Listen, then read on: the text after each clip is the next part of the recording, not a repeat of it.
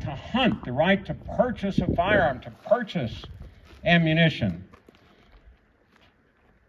the right to run your life the way you want to run it. That is at stake this election cycle in less than a month. And we at the NRA, at the National Rifle Association, I've served on the NRA for many years. For those of you that remember an actor named Charlton Heston, he and I came on the NRA board at the same time back in the late 90s. For those of you that don't know who Charlton Heston was, just ask one of us older folks. He was one of the great actors of all time. But he was also a tremendous advocate for the Second Amendment. And he served as the president of the National Rifle Association for 5 years, from 1999 to 2004. And he understood. I mean, he was a Hollywood actor, but he understood the Bill of Rights. He understood the Constitution. He understood the Second Amendment.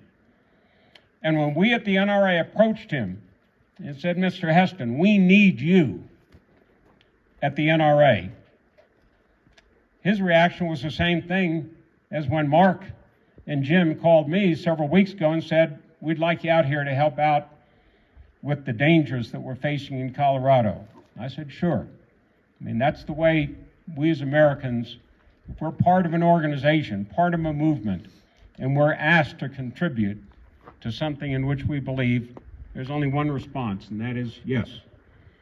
So he served in that capacity, and some of you all may remember, he held a musket in his hand, and he held it way over his head. And he said in that voice that I couldn't even begin to replicate, from my cold, dead hands. And America heard that in the 2000 election. And Al Gore, who fancied himself and tried to pretend that he knew what a firearm was and which end was the business end and which end wasn't, American voters heard that. They understood it. We have to do the same thing now. And anything that we can do at the National Rifle Association to help you, let me know. I have up here, where's Jim? Right here. Okay, I have up here some of my business cards, and they have my personal cell phone number on it, my email address. If I can be of help, if you're not getting what you need from the NRA, give me a call, and we'll straighten it out. I also have some bumper stickers for the NRA, and also something that is even more important, because there may be some folks here today that aren't a member of the National Rifle Association. There are some applications.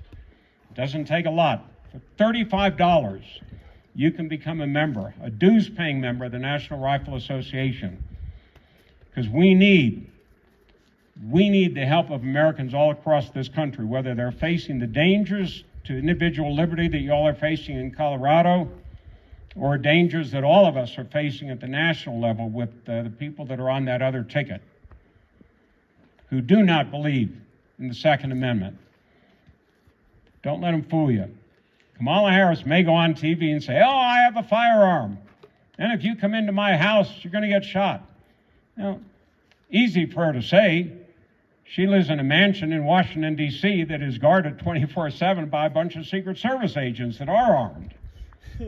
But the truth of the matter is, that Democrat ticket does not believe in the Second Amendment. They don't even believe that it guarantees an individual right to keep and bear arms, which it does.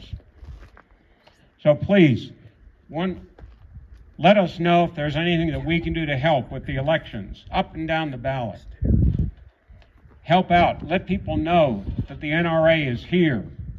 We are here to protect the right to keep and bear arms, an integral, essential part of the Bill of Rights, at whatever level, in whatever way we can. But we need your help, just like every candidate here needs your help. The NRA needs your help. Because the only way that we can tangibly support candidates is through donations that are provided to us, that we then can turn around through our Institute for Legislative Action and give to the candidates.